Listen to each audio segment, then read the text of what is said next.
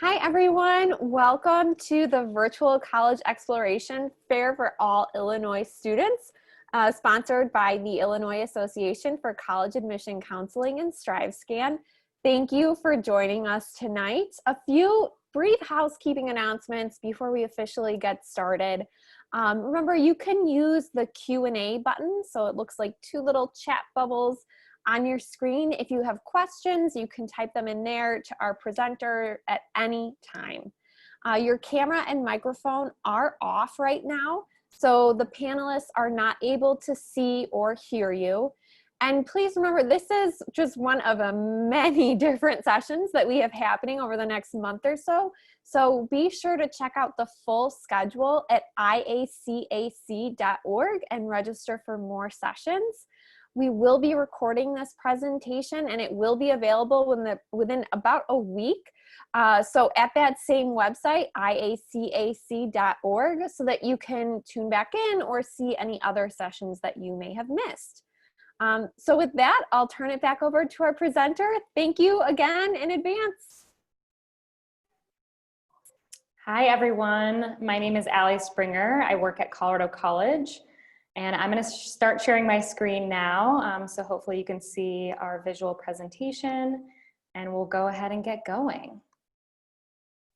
So 1 minute while I make this full screen. Thanks for your patience. All right. So once again, my name is Allie Springer. I am an associate director at Colorado College. I am also have been recruiting Illinois students and have been our main Illinois territory manager for going on 8 years now. So I know the area very well, likely know your school, and I'm excited to share a little bit more about Colorado College. And I'm gonna go through our presentation here. Thanks for your patience in advance. If it's a little bit slow to load, sometimes it's just slightly slow to load, so thank you. And hang on a second. Awesome, there we go. So this is kind of what I'm going to cover here. We are going to talk a lot about our academic program. We're going to go over our unique block schedule, and then at the end we'll cover our admission and financial aid process. So you may know based on our name that we are located in Colorado. We are definitely one of the liberal arts and sciences colleges, and residential and private in nature. So when you're thinking about your college list and you're kind of researching schools, maybe you're excited to learn more about our block plan. Maybe you found us because you're excited about the type of school that we are. We're pretty unique in terms of our location in relation to the type of institution that we are. So when I clicked that and all those black pins popped up, we like to point out kind of our uniqueness in terms of our location, and we really do have a strong sense of place at Colorado College.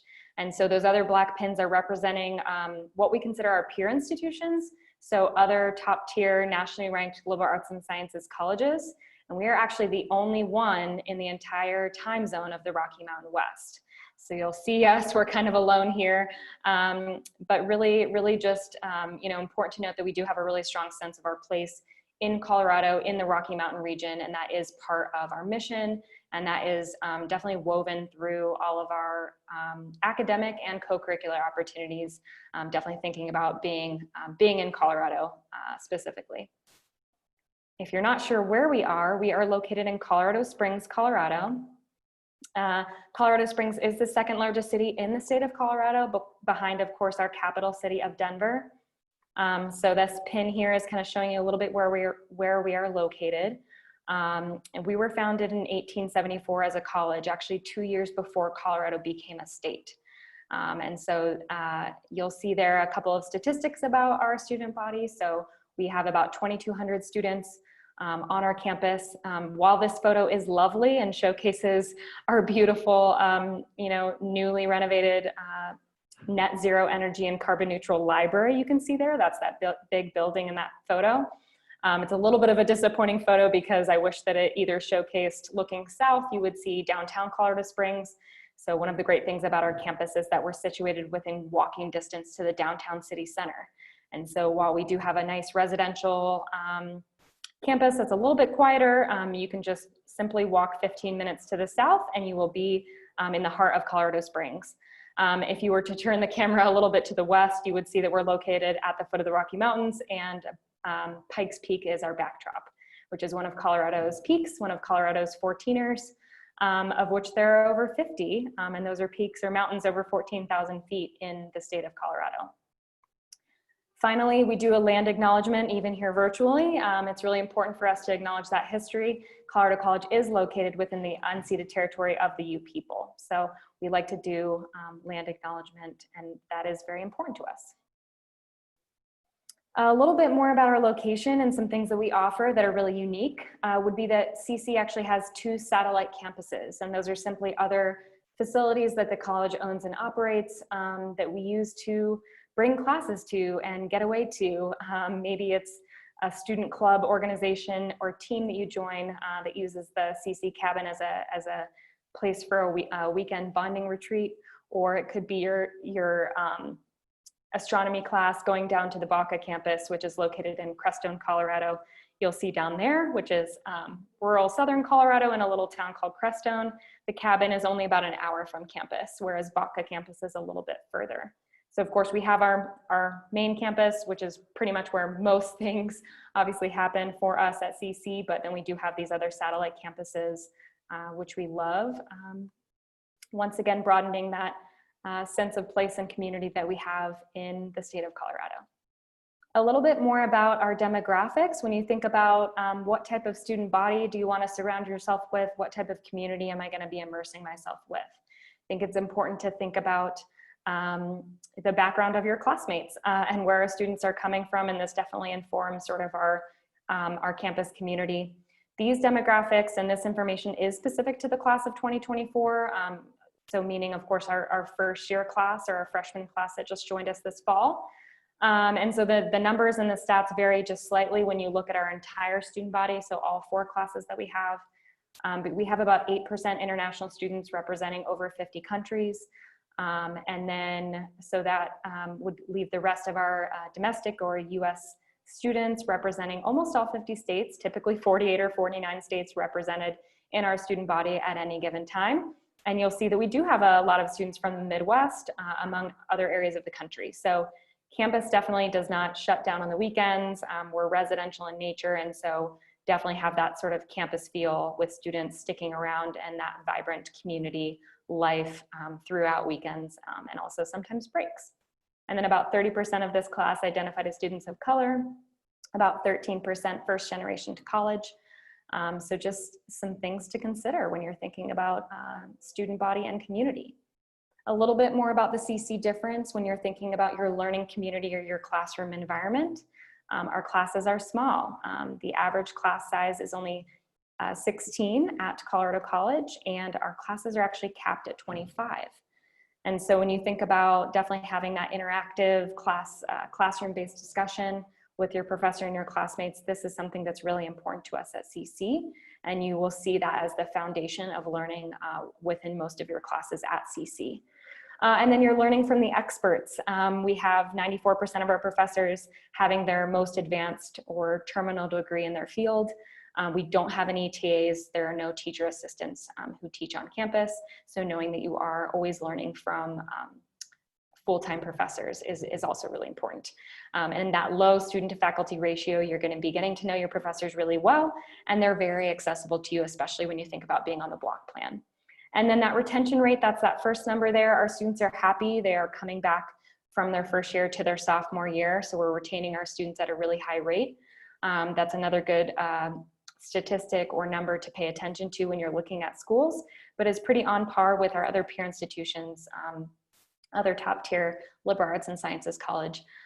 So we're really happy that our students are happy and coming back to end their CC career. Transitioning to talk a little bit more about our academic program. We do have 80+ majors and minors or departmental offerings. I'm going to pull up just some highlights here. These are just ones that are unique to us or ones that are popular with students, as well as showcasing some of our unique thematic minors. So these bullet points, of course, do not list all 80 plus. So I definitely encourage you to check our website, where of course we have a full list of majors and minors there. And we do offer most departmental majors also as minors. So if there's something on our major list, usually you can also minor in that. And then we also have 35 thematic minors. Those are a sampling of those are at the bottom there: global health, journalism, linguistics. Those are 3 of the 35 that we offer. And those are in addition to all of the departmental minors that we have. So lots and lots of options as you think about some things you might want to explore and eventual programs that you might want to declare. Most of our students will declare their major by the end of sophomore year. So you do have up to 2 years to kind of explore and dip into different departments and figure out what you're really interested in. That is a big benefit of attending a school like CC. Environmental science, geology, those are things that offer really great opportunities, being that we're located in Colorado and in the Rocky Mountain region. So we do a lot of field study with those programs, among a lot of field study in a lot of our other departments as well. And then we have some great combination or hybrid majors already outlined for students, which may be why a lot of our students don't choose to pursue the path that we have as an option, which is an independently designed major. We do have that option for students that want to pursue. But things like international political economy, we have a mathematical economics major, among some other great combination hybrid majors that are already outlined for students. So just something to consider. We do have a set of general requirements, being that we are liberal arts and sciences. We want students to gain a well-rounded education and be able to have the flexibility to explore classes outside of their major area of study. So we have a few things that students need to complete before they graduate, but you don't have to complete them before moving on to your major. So they're not specific to your first year and your second year. You can kind of spread them out. The only one that you need to do right away would be that first bullet point, and that's that CC 100, CC 120 block. That is your first 2 blocks, your FYP, first year program course. And that's just with other first year students and is designed to essentially transition you into CC and transition you to the block plan. And so you have a lot of subjects and different courses to choose from within that program, but just know that that is a requirement of first year students coming in, and is really, really helpful as you transition on into your second semester. Finally, we do have pre-professional programs. So we definitely have a lot of career center opportunities, as well as these pre-professional programs to get you thinking about life after CC. So great preparation as you think about potentially applying to any graduate programs in these areas. So I do recommend, as soon as you know that you might want to explore any of these areas as a graduate school program or as a career, that you meet with our advisor that we have on staff and or faculty in these areas listed. And just a quick note that pre-health does encompass sort of all of the pre-health fields that you would think of. So things like pre-med, pre-dental, pre-vet, pre-physical therapy, all of those would fall under pre-health advising program. So great resources there. All right, now is kind of the fun part, at least for me, is talking more specifically about the block plan, which is really something that makes CC unique. We actually are in our 50th year of doing the block plan. And so the block plan was started at CC in 1970 and has actually served as a model and a resource for other colleges and universities that are interested in pursuing something like this. There's only one other school in the country that does it pretty much exactly how we do it. So it's very unique in terms of the landscape in thinking about all of the colleges and universities' academic program and schedule in the US. We're pretty unique in this, and we absolutely love our block plan, and it's working really, really well for us and for our students. So essentially, if you haven't heard of the block plan yet, it's essentially a 1 course at a time model. And so each student is only going to have 1 class. Each professor is only teaching 1 class at a time. Of course, they can't be in 2 places at once, and pretty much all of our classes are taking place usually at the same time of day. And so as you look at this, you'll see a little bit more about how our academic year is broken out. We still do operate on semesters. So we still have fall and spring semester, which is divided by a month-long winter break over the holidays. And then we still have a full summer break of about 3 months in the summer as well. So even though we're only taking one course at a time, students are not going to school year round. You still get all the breaks and actually bonus breaks, which are block breaks I'll talk about in a second, through our block plan schedule. So you complete blocks 1 through 4 in the fall semester and blocks 5 through 8 in the spring semester. So you're still doing really the same amount of credits, the same amount of coursework that you would be doing on a semester system elsewhere. You're just focusing on them one at a time instead of spreading them out over 4 months, 4 at a time. And so each block is 3.5 weeks long, so almost a month. You are doing a semester's worth of material in that 3.5 week period, but remember, you only have that one class. You're able to really dedicate all of the hours that you would normally spend during the week and dive in deeply to that one course. So it's very focused, it's very immersive, it's also very fast paced, but it's definitely doable when you think about what you can accomplish when you can really narrow in and focus on that one subject at a time. It also has a lot of benefits, which I'll talk about some examples of how we utilize the block schedule to our advantage, which we will cover soon. So 3.5 weeks per block. You do have class Monday through Friday, so typically 5 days a week in that 3.5 weeks. But usually you're going to class for about 3 hours, and our typical class schedule is in the morning. So that means when you think about that 3.5 week period, Monday through Friday class, usually your class will run somewhere around 9 a.m. to noon. You do get a break in there, and also our classes are not like lecture based. They're typically very interactive, very discussion based, very engaging. Sometimes you might even be off campus and be doing like some sort of field study or field trip during your class time.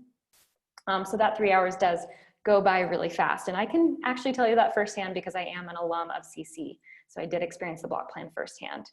And then you do take your final at the end of the block. So what's really nice is that you're only preparing and you're only taking one final at a time. So that's a huge benefit of the block plan, is not having to cram or study for 4 or 5 finals at a time. You just get to focus and do them one at a time, 1 month at a time.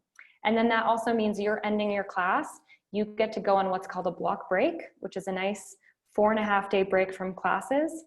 So you have designated time to recharge, catch up on other things in your life, and kind of reset yourself before the next block starts that following Monday. So I'm going to give you, if you can see my screen, hopefully, a little example schedule here. And this is just once again, totally an example schedule. You may be taking classes that are totally different than this particular schedule. You'll see those first 2 blocks say FYP. Once again, remember that's your first year program course. This one happens to be sustainability. But then moving through some other areas, maybe someone is trying out some different departments or disciplines to perhaps discover a major and a minor that they love. So economics, art, a couple blocks actually in Russia, so 2 blocks abroad in the spring. Yes, you can study abroad as early as your first year at CC if you'd like to. An Asian American Studies class and a Psychology 101 class. So once again, just a total example schedule. And then we do have summer session classes. So if you want to take summer session classes, you can. The first one that you take is actually going to be your wildcard block. So if you do choose to take a summer session class, the first one you take at CC would be free, no additional tuition necessary when you use your wildcard. So that's a huge bonus going to school at CC, is you get 1 free block in the summer. I know I mentioned block breaks. How do you refresh, recharge yourself? So of course, being in Colorado, we do have a really, really robust outdoor education program. A lot of our outdoor education program happens over block breaks because all of our students have it off for that 4.5 days. And so students are really able to dive into these opportunities and have the time to actually travel in Colorado or in the region. If outdoors are not your thing, or if you're a beginner, we do have beginner level trips and opportunities to sign up for. But if you're really excited about the outdoors, you might even want to go through the process of becoming one of our student certified outdoor leaders and plan your own outdoor trip. So that's an opportunity that we do have. But once again, outdoors may not be your thing. Don't worry, we have plenty of students who are not outdoorsy going to Colorado College. So definitely you can have lots of different interests, but we do have community service trips that happen over block break. You can also stick around campus. We do not close campus over block breaks. So if you want to utilize the facilities and the resources we have on campus, or just kind of relax in Colorado Springs, you have that option as well over that time. Field study. So I mentioned we have one class at a time. Your professors also are only teaching one class at a time. So technically, none of you needs to be on campus for any other class that you have, because none of you have another class. So we do take advantage of doing a lot of field study. Really what that means is off campus or experiential learning. So of course that could look like geology of the Pikes Peak area. I think I mentioned we're at the base of Pikes Peak. So this would be something that's fairly local. You might be going on a hike during your class time for the day with your professor and your classmates to study that geology, to study those rocks. But it also could be a longer field trip. This example is a 5-day field trip down to New Mexico for a Native Peoples of the Southwest course. So it could be something, not necessarily have to be an environmental science or geology course. We have field study in a lot of different things. This one is an ecology one, and one of my favorite examples is this one, which is globalization of immigration. That's through the sociology department. They actually spend 10 days on the Mexico-US border examining immigration policy. So I love this example because it's just kind of outside the box when you think about how you can spend class time at Colorado College. We offer a lot of ways to study abroad at CC. We're actually a leader among colleges and universities sending their students abroad. Usually between 70 and 80% of our student body will go abroad, and a lot of those students actually choose to go abroad more than once. So because we have the block program, we're able to send students and professors abroad just for that 3.5-week period. But we also have longer semester and year-long options. So if you would like to pursue a longer abroad program, we have, I think, about 120 pre-approved partnership or CC programs that are semester or year-long you can choose from. But we also typically have between 30 and 40 blocks or classes during each year that go abroad at some point.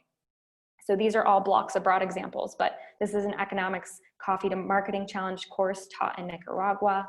And once again, you'd be abroad for that 3.5-week period. This course is reading the Odyssey and actually sailing Odysseus's path.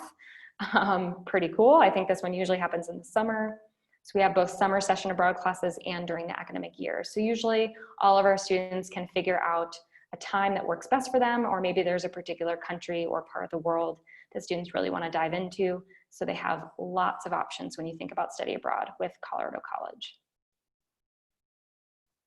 I know I mentioned Career Center is really great. So about 70% of our students will complete an internship.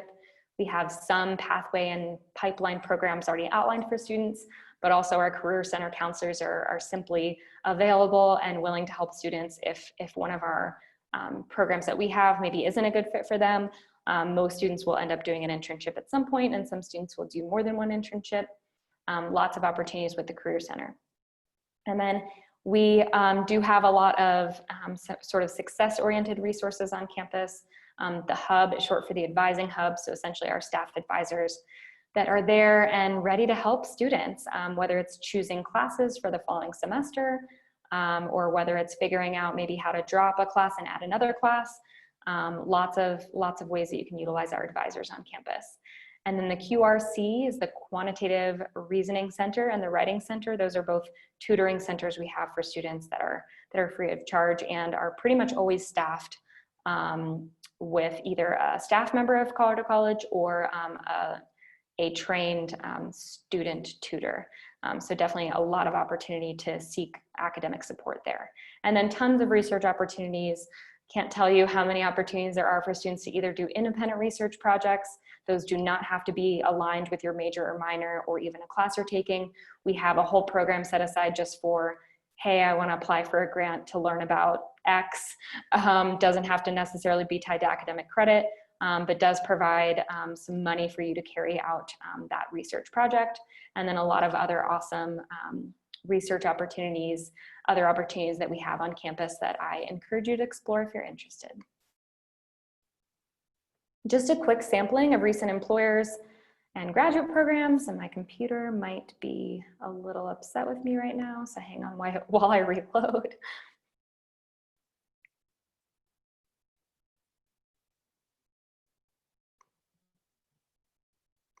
There we go. All right, hopefully you can see that now. So once again, just a quick snapshot of some of the recent employers and graduate programs that our students have ended up at.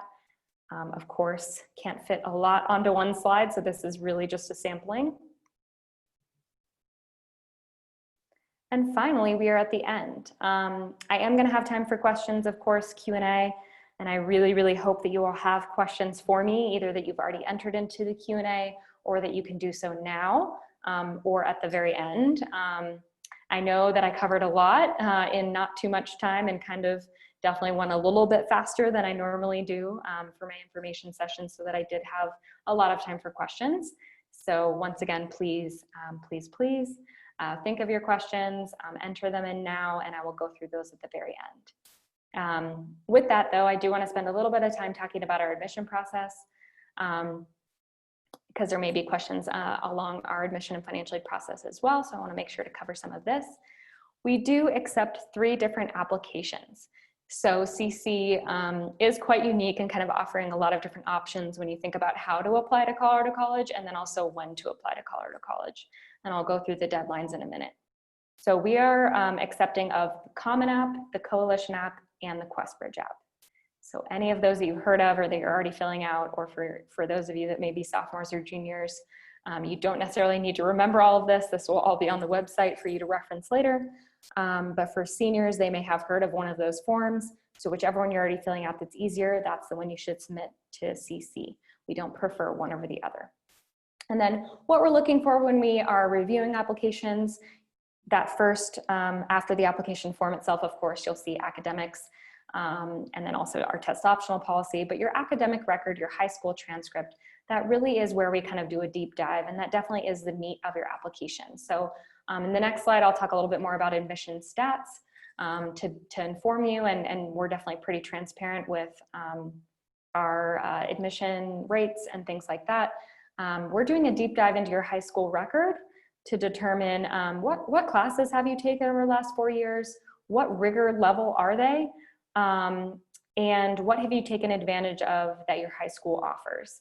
And so we definitely evaluate students within the context of your high school, and also the context of where you're coming from. So that's really important when you think about that. Yes, our application process and to get into CC, it is quite competitive, but knowing that we do at that holistic review. So we're not just looking at a GPA and a test score to make our decision, we're looking at the whole picture.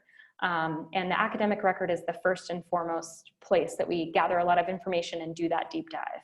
So what curriculum does your high school offer, and what have you taken advantage of? So we definitely dive into that, and we want to see that you're academically focused, that you've challenged yourself with a rigorous schedule, but there's no like minimum number of advanced courses, there's no minimum GPA, and grades and performance, of course, are a big piece of that. So, you know, how have you performed in those academic core subjects, and how many classes have you taken, and what level have you taken them at? How have you challenged yourself? We are actually going into our 2nd year of being test optional. So that means that we actually decided and were pre-optional, or were test optional pre-COVID, pre-pandemic, and all of the ACT, SAT craziness that that I hope that you all are not having to deal with. But if you are an applicant this year, I'm sure that you have had to deal with in some way. So I want to put you at ease that CC actually was test optional. Last year was our first year being test optional. So that was a decision we had made a while back. And we truly mean that. You do not have to submit a test score to be considered for admission to CC. And so just keep that in mind, and feel free to email your admission counselor or admission rep if you have any questions about that. Writing is another piece of the puzzle that is important to get to know you in our process. And of course, we're also assessing your writing skills, that you're ready for the college level writing and the rigor of CC that you will see. We do a lot of writing in our courses. But really with the personal statement, that's that main essay that you'll submit with your application form. We really want to get to know you on a deeper level. So share your story, make sure that that essay speaks to who you are and provides insight into you, and that you put your best foot forward and make sure you're proofing and editing that essay. We also have one supplemental essay. The question is fairly easy to grasp, which is essentially why Colorado College. So why are you interested in attending CC, and what will you contribute to campus? So pretty straightforward, but we definitely want to see some detail and some depth into as much as you can fit into that short essay. I want to say 200 or 250 words. I think it's 250 words is the limit for that essay, but make sure it's specific to you and CC. Activities and leadership, that may look different for you this year, but I just encourage you to put everything that you've been involved in outside of your academics and outside of the classroom on there. And that is something that we use in our holistic review process. Letters of recommendation, we require 2 from teachers. There's not really much else I'll say about that. That's pretty straightforward, but let me know if you have any questions. And the counselor evaluation, if your counselor does submit a letter with the transcript and all of the school stuff, we will review that, but we do not necessarily require it if your counselor is unable to submit a letter for you. Just the 2 teacher letters would suffice. And then the interview is actually the only optional piece on here. And so we do encourage a virtual interview if you're a senior and applying, or a current college student transferring. So essentially, if you're in our applicant pool this year and you haven't yet interviewed, you are eligible to interview, and you can sign up online for a virtual interview. Those are optional, but definitely highly encouraged. So think about taking advantage of that. I mentioned on the last slide that I was going to share our admission stats. And so once again, these are last year's numbers. You can see they're up at the top. We do offer lots of different deadlines or decision plans when you think about how to apply to CC. And we're really transparent about our admit rates. So you will see that we actually break down our overall admit rate, which was just below 14% last year, actually by decision plan, to give you a little bit more insight and transparency.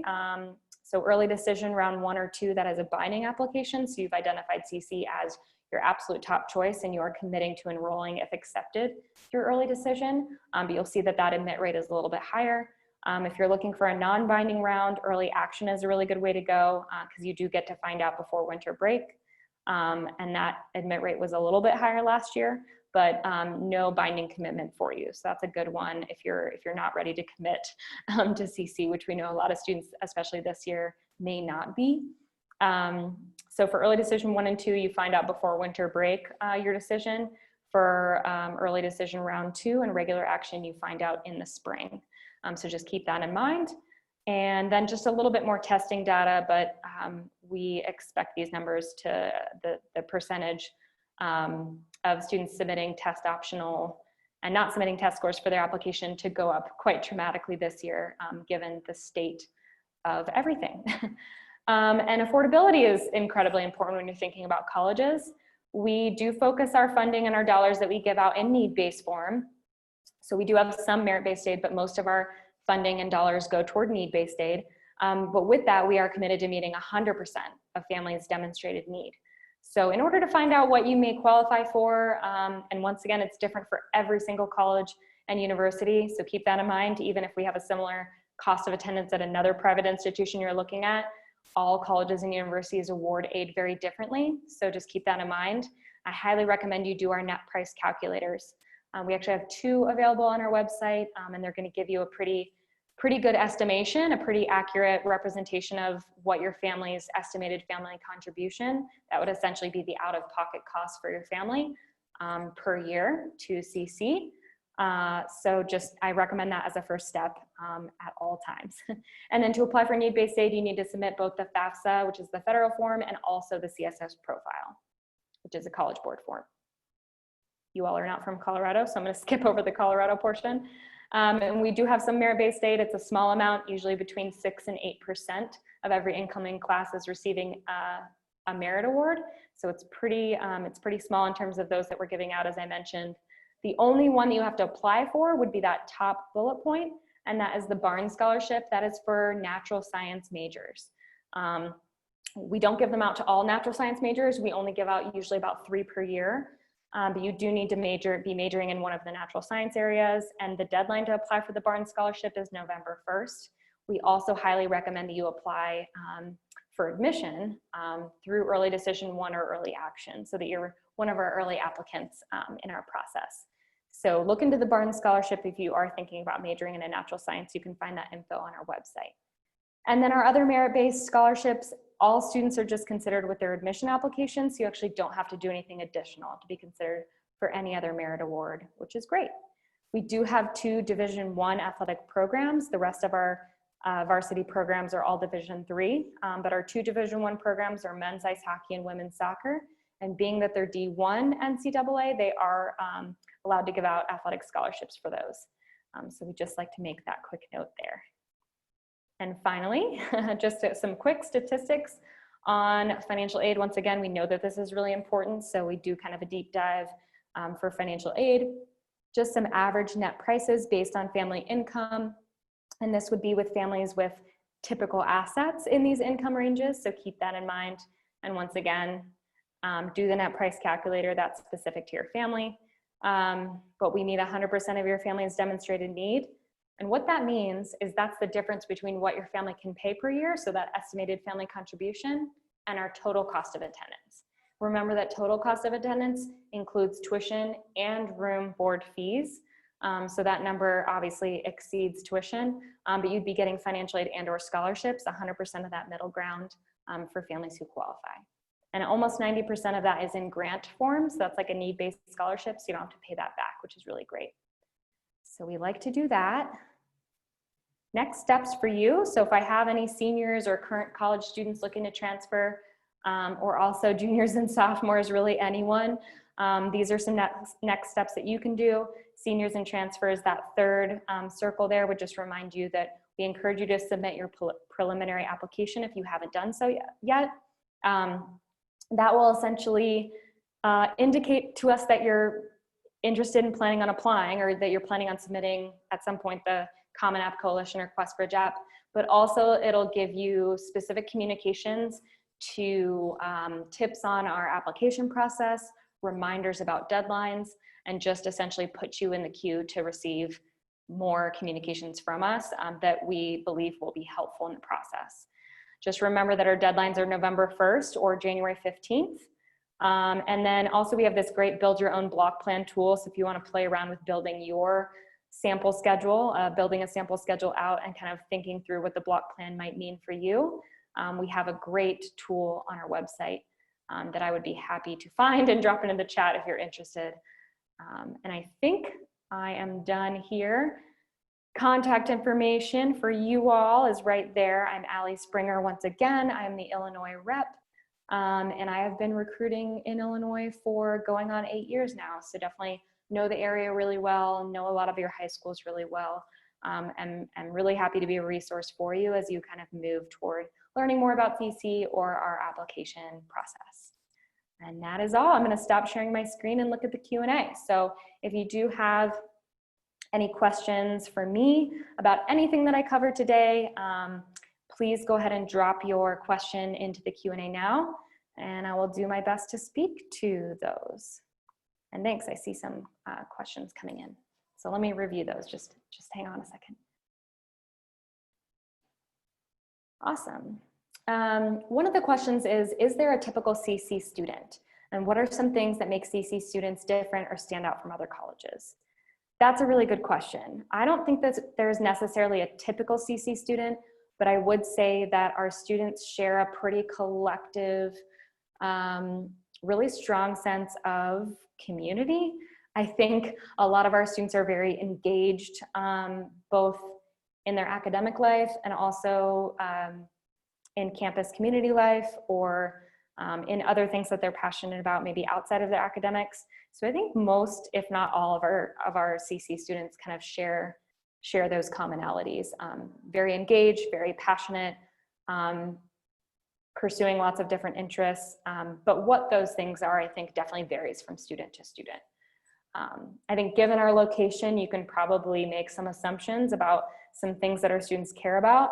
I think that a good portion of our students care about the environment. A good portion of our students care about sustainability. A good portion of our students are interested in, even if they don't have experience with the outdoors, maybe taking advantage of living in Colorado for a few years. However, I would say a lot of students are also interested in many other things. And as a former non-outdoorsy person at CC, I will just say If you're not interested in that, there are plenty of other things that you can do.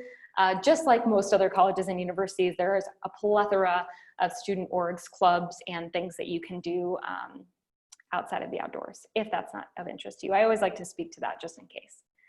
But that was a really good question. And then I would say, what makes CC students different? One thing I hear over and over again, and one thing I was struck with when I visited CC for the first time as a high schooler, was just how welcoming and friendly our students are. I think we hear that over and over again, and we're very proud of like our admission ambassadors, our admission fellows. Essentially, those are students that work for the admission office, but really it goes to show all of our students. Our student body is just incredibly welcoming and friendly, and I think you will find that if you get a chance, and I encourage you to speak to some of our current students. So great question, and thank you for that. Next question is the study abroad program covered in the yearly tuition, or is it an extra fee?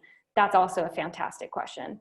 And a little bit complicated to explain, but I think by and large, I would say that for the most part, it's going to be covered. Well, covered maybe isn't the best word. It's going to be included in any of your financial aid or scholarships that you're earning.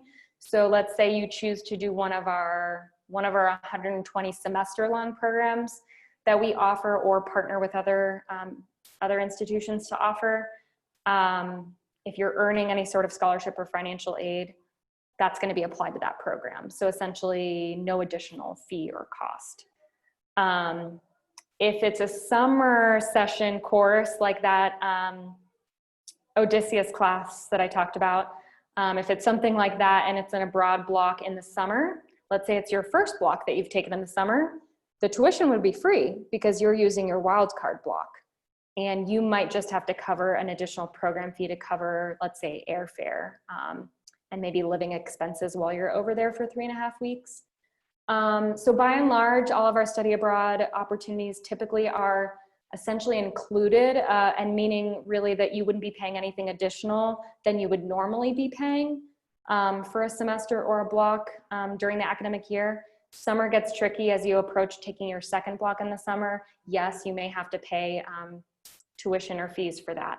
And then some of our courses that do the trips or go elsewhere, whether it's somewhere in the Rocky Mountain region or somewhere else in the country or somewhere abroad during the year, yes, there might be a program fee attached to that. Your tuition would already be covered if it's during the academic year because you've already paid for that, or your financial aid has paid for that. But any additional program fee, if it's ever a hindrance for your family to cover that, we do have additional funds and scholarships for students to apply for as it relates to those opportunities or the study abroad.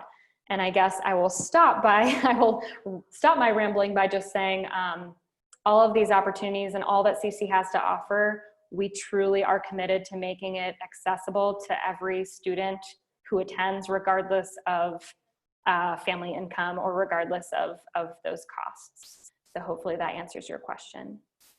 Couple other questions coming in, and I know I have a couple more minutes, so thank you.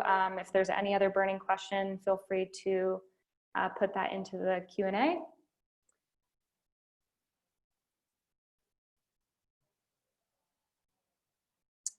One other question was if life is if there's a little bit of normalcy next year per COVID-19 and the pandemic, will we be able to do interviews in person?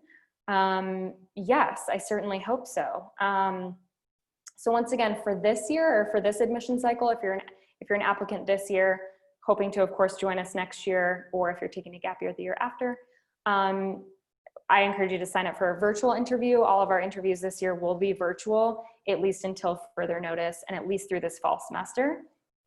Next year, so for those of you that may be juniors listening in or younger, we actually do typically open up interviews as an option to juniors in their spring semester. So if you are a junior, you may be eligible to do either a virtual interview or an in-person interview if we're doing in-person interviews as early as this coming spring or next summer or next fall.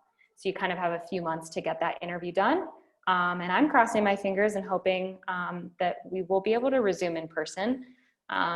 But our fellows are really good at this point of doing the virtual interviews, and all of us are much more accustomed to Zoom and things like that. So hopefully that's good.